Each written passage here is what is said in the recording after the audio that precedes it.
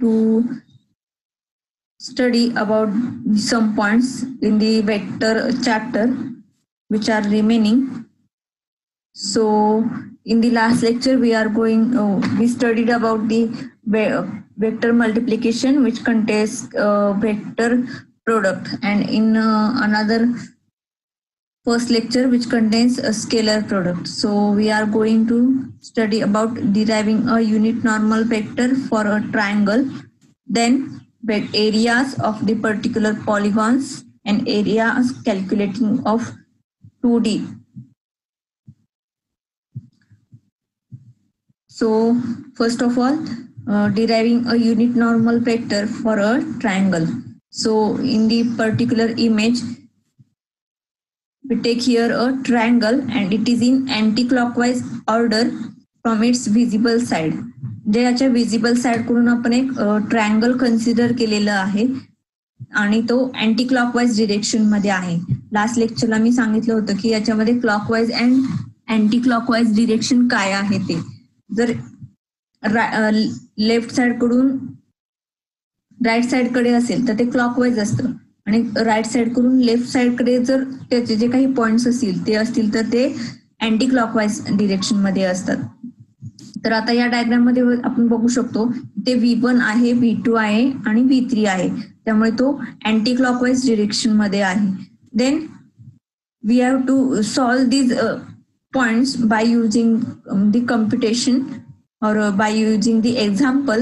So first we compute the surface normal using the cross product and next convert the surface normal to a unit normal vector. म्हणजे याच्यामध्ये surface normal find out करणार आहोत आणि त्याच्यावरून unit normal vector find out करणार आहोत. तर याच्यामध्ये बघा construct vector R between V1 and V3. आता याच्यामध्ये बघा 3 पॉइंट्स आहेत ट्रायंगलचे V1, V2 अँड V3.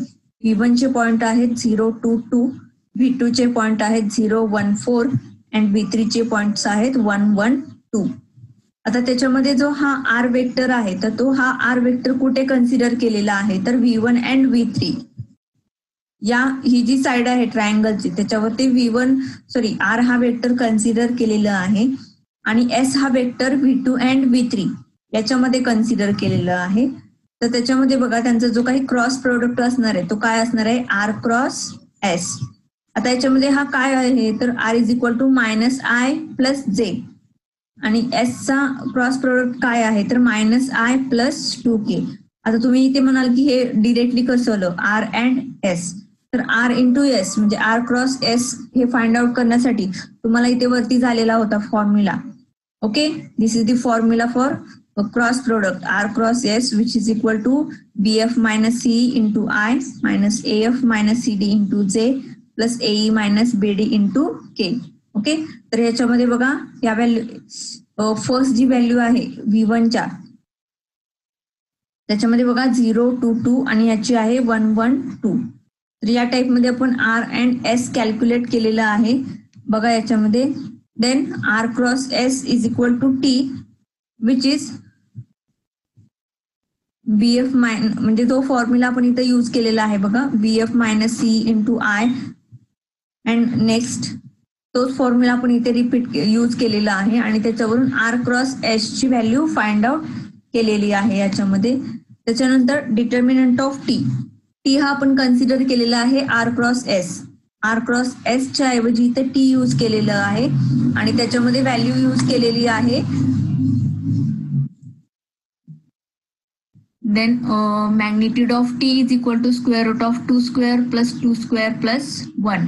आता हे सॉल्व्ह करून तुम्ही बघायचे आहे स्टेप्स. याच्यामध्ये काय येते 1 into 2 means 2 minus 0 then -1 into 2 -2 and this is 0 minus plus that way it is plus 2J and this term is having value 1 so it is K.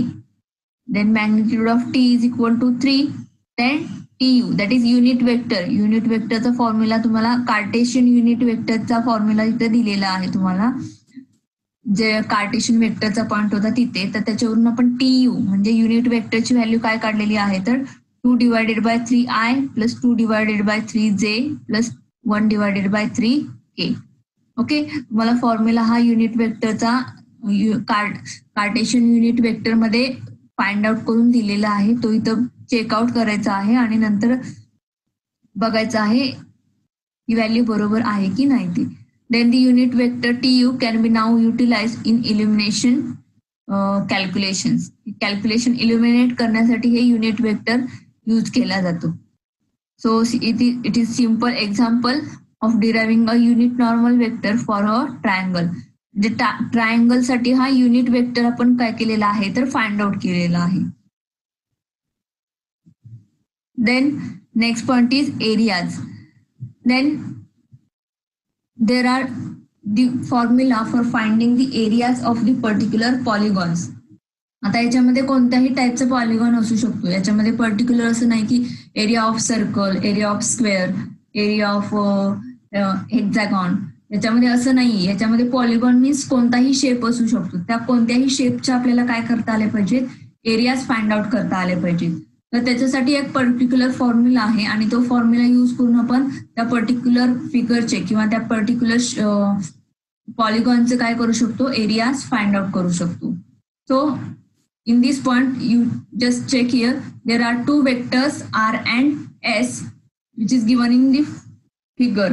याच्यामध्ये दोन वेक्टर्स घेतलेले आहेत R and S. आता याच्यामध्ये काय केलेलं आहे तर याच्यामध्ये जे काही R and S वेक्टर आहेत ते आपण रिफ्लेक्ट केलेले आहेत आणि त्याच्यावरती आपण एक पॅरेलेलोग्राम क्रिएट केलेला आहे आणि S पासून R वरती आपण इथे हाईट ड्रॉ केलेली आहे, एक लाईन ड्रॉ केलेली आहे and it is called as height. Then the height is given by h is equal to determinant of s into sin beta. आता तुम्हाला पायथागोरस थ्योरम माहिती असेल त्या टाइप मध्ये आपण इथं फाइंड आउट केलेलं आहे की h is equal to determinant of s into sin beta. Then the area of the parallelogram is given as magnitude of r dot h which is equal to magnitude of r dot magnitude of s sin beta. जिथं h ची value आहे तर h ची value आपण इथं घेऊ शकतो. जी height इथे आपण फाइंड आउट केलेली आहे ती इथे फक्त काय केलेली आहे, पुटअप केलेली आहे. Then it gives the magnitude of the cross product vector t and hence we compute r cross s. Then the triangle is made up of having the parallelogram is half the area.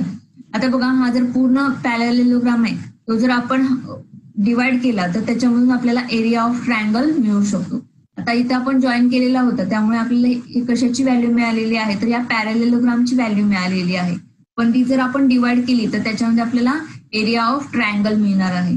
त्यामुळे इथे बघा area of parallelogram is equal to magnitude of t and area of triangle which is equal to 1/2 into magnitude of t. And it is easy to calculate the surface area of an object constructed from triangle or parallelograms. म्हणजे याच्यामध्ये एखादा particular object असेल आणि जो triangle पासून create केलेला असेल तर त्याचा सरफेस एरिया फाइंड आउट करणं इझी जातं या फॉर्म्युलामुळे. And the next point is calculating 2D areas, that means 2 dimensionals. So in these diagrams, the 3 vertices of a triangle are taken, which is P0, P1 and P2.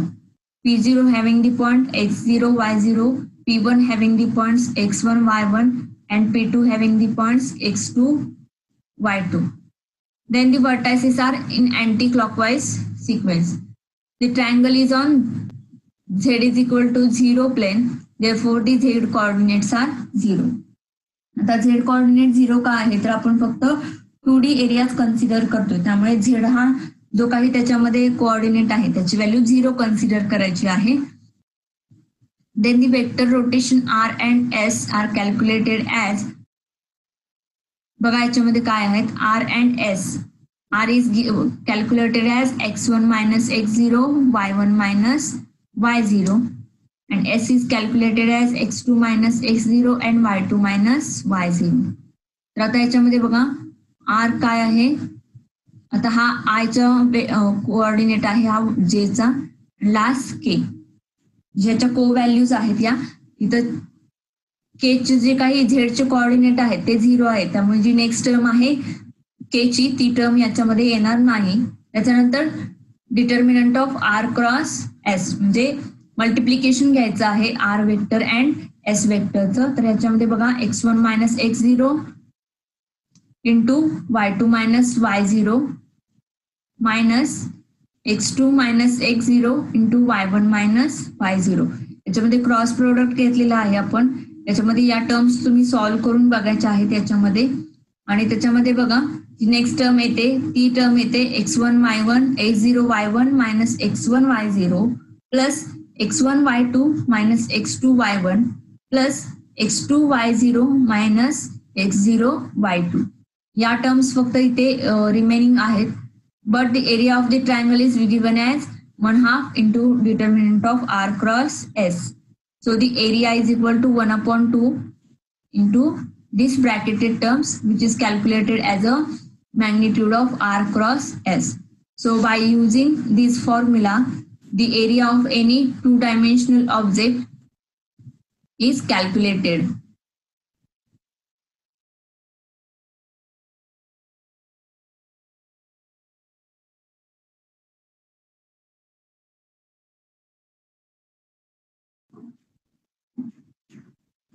So here your vector chapter is completed. So I am showing here the syllabus again, where to come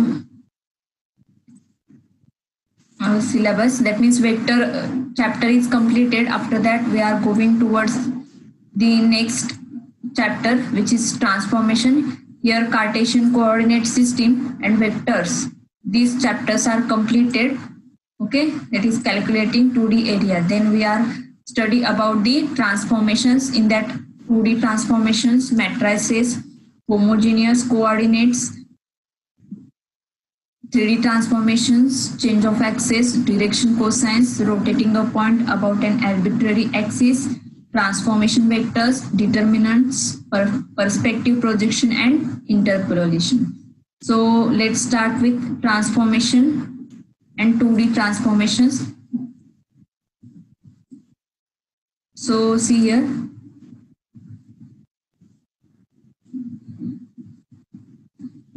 what is mean by transformation? First of all, you understand the meaning of the transformation. So transformations are used for translating, rotating, scaling, reflecting and sharing the shapes of the particular objects, as well as you can apply different effects on object by changing their coordinate values. And the basic notation for transformation is algebra, but you can also express it as a matrices. Then the first of all, transformations are used for translating. म्हणजेच काय तर transformation मध्ये gaming मध्ये different टाईपचे तुम्हाला animations दिसतील. मग त्याच्यामध्ये एखादा ऑब्जेक्ट असेल तो ट्रान्सलेट झालेला दिसेल, रोटेट झालेला दिसेल. आता फॉर एक्झाम्पल तुम्ही गेम खेळत असाल तर त्याच्यामध्ये एखादा ऑब्जेक्ट असेल, सपोज जर प्लेयर असेल तर तो प्लेयर डिरेक्टली रोटेट होतो. म्हणजे तो जर फ्रंटला बघत असेल तर तो बॅकला एकदम मूव्ह होतो. म्हणजेच काय होतं तर तो रोटेट होतो. तर तो रोटेट कशा केला जातो तर त्याच्या पाठीमागे ट्रान्सफॉर्मेशन ही कन्सेप्ट यूज होते. सपोज याच्यामध्ये एखादा ऑब्जेक्ट असेल किंवा एखादा प्लेयर असेल तर तो एका पोझिशनवरून दुसऱ्या पोझिशनवरती एकदम जम्प करतो. तर तो जम्प करणं म्हणजेच काय, किंवा एका पोझिशनवरून दुसऱ्या पोझिशनमध्ये जाणं म्हणजेच काय, तर त्याच्यामध्ये ट्रान्सलेशन हे ट्रान्सफॉर्मेशन यूज होतं. किंवा रिफ्लेक्शन, म्हणजे सपोज एखादं ऑब्जेक्ट असेल तर त्याचं रिफ्लेक्शन समोर केलं जातं. तर त्याच्यामध्ये या टाईपच्या गेमिंगमध्ये हे ट्रान्सफॉर्मेशन्स यूज होतं. ट्रान्सफॉर्मेशन्स मध्ये काय काय यूज होतं तर ट्रान्सलेशन असेल, रोटेशन असेल, स्केलिंग असेल, रिफ्लेक्शन असेल किंवा शेअरिंग असेल. तर आता ह्या कन्सेप्ट काय आहेत तर ह्या आपल्याला 1 by 1 बघायच्या आहेत. And these concepts are same in 2D transformation and 3D transformations, but their mathematical values are changed. So first of all, we are going to start about the 2D transformations, and in that we are study about translation, scaling, rotation, reflection and shearing. So first of all, we are going to study about translation. So translation, it is the straight line movement of an object from one position to another is called as translation. And here the object is positioned from the one coordinate location to the another. म्हणजे बघा आता या diagram मध्ये तुम्हाला दिसत असेल की याच्यामध्ये there is one polygon which is a triangle. This is the original position of the particular triangle and it is after the translation. या डायग्राम वरून तुम्हाला इझिली समजलं असेल की याच्यामध्ये ट्रान्सलेशन काय असतं. तर एका पोझिशनवरून दुसऱ्या पोझिशनला चेंज होणं म्हणजेच काय तर translation. And it is the straight line movement. He straight line movement आहे, त्याच्यामध्ये हे स्ट्रेट फॉरवर्ड मूव्ह होत जातं किंवा ट्रान्सलेट होत जातं. याच्यामध्ये बॅकवर्ड येऊ शकत नाही. Okay, this is the first 2D transformation. Then next is scaling. Scaling is used to alter or change the size of object. याच्यामध्ये एखाद्या पर्टिक्युलर ऑब्जेक्टची साईज काय होते, कमी होते किंवा जास्ती होते किंवा चेंज केली जाते किंवा अल्टर केली जाते. तर आता याच्यामध्ये डायग्राम मध्ये दिसेल बघा. In the first diagram this is the original object and object after scaling in x direction. जे एक्स डिरेक्शन मध्ये केलेलं आहे म्हणून हे असं दिसतं. म्हणजेच काय तर याच्यामध्ये पर्टिक्युलर एखादा ऑब्जेक्ट असेल तर त्याची साईज इन्क्रीज होऊ शकते किंवा डिक्रीज होऊ शकते. Same in second diagram original image and reduction image. म्हणजे आपण इन्क्रीज असेल तर डिक्रीज करू शकतो, डिक्रीज असेल तर इन्क्रीज करू शकतो पर्टिक्युलर ऑब्जेक्टची. तर तुम्ही आता खूप सारे गेम्स खेळत असाल किंवा प्ले करत असाल तर त्याच्यामध्ये तुम्हाला दिसेल की त्याच्यामध्ये कितीतरी ऑब्जेक्ट्स असतात. मग ते ऑब्जेक्ट्स त्याच्यामध्ये तुम्हाला त्या ऑब्जेक्टची पर्टिक्युलर साईज इन्क्रीज झालेली दिसेल किंवा डिक्रीज झालेली दिसेल. तर ती कशामुळे केली जाते, तर या टाईपचे जे काही ट्रान्सफॉर्मेशन्स आहेत तर ते ट्रान्सफॉर्मेशन्स यूज करून त्याच्यामध्ये त्यांची साईज इन्क्रीज डिक्रीज केली जाते किंवा चेंज केली जाते. सपोज बघा, तुम्ही एखादा जर एनिमीचा शूटिंगचे गेम खेळत असाल तर त्याच्यामध्ये प्लेयर असतो, एनिमी असतो.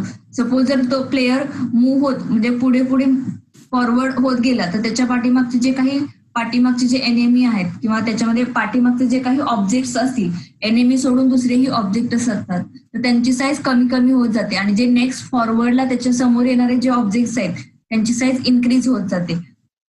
तर त्याच्यामध्ये ही स्केलिंग कॉन्सेप्ट काय होते तर यूज होते.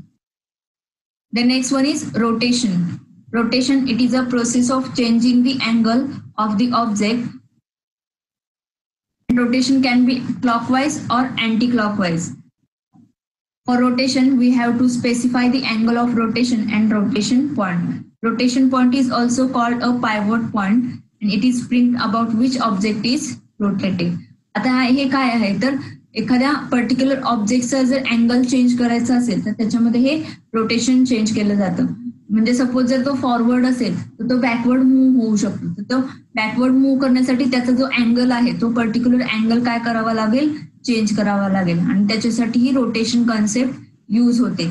सपोज तो लेफ्ट साइडला एखादा सपोज ऑब्जेक्ट असेल तो लेफ्ट साइडला असेल तर तो राईट साइडला घेण्यासाठी त्याच्यामध्ये पूर्ण त्याचा अँगल चेंज करून तो मूव्ह करावा लागेल आणि त्याच्यामध्ये हे मुवमेंट आहे ती मुवमेंट करण्यासाठी त्याचा जो अँगल आहे तो चेंज केला जातो रोटेशन मध्ये. त्याच्यानंतर आहे reflection. It is a transformation which produces a mirror image of an object. The mirror image can be either about x-axis or y-axis and the object is rotated by 180 degree. आता याच्यामध्ये reflection मध्ये सुद्धा याच्यामध्ये different points आहेत की हे points याच्यामध्ये कसे रिफ्लेक्ट केले जातात. तर याच्यामध्ये अबाउट एक्स ऍक्सिस असेल, वाय ऍक्सिस असेल, similar to the particular line असेल. तर आता याच्यामध्ये बघू शकता या इमेज मध्ये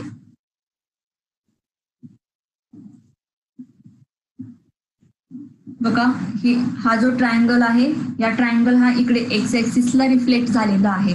तो वाय एक्स ऍक्सिस वरून वाय ऍक्सिस वरती रिफ्लेक्ट झालेला आहे किंवा opposite to the X axis, similar to the particular X axis. या टाइप मध्ये एखादा ऑब्जेक्ट काय होऊ शकतो तर रिफ्लेक्ट होऊ शकतो. तर या टाइप मध्ये हे जे काही ट्रान्सफॉर्मेशन्स आहेत हे ट्रान्सफॉर्मेशन्स गेम प्रोग्रामिंग मध्ये यूज केले जातात.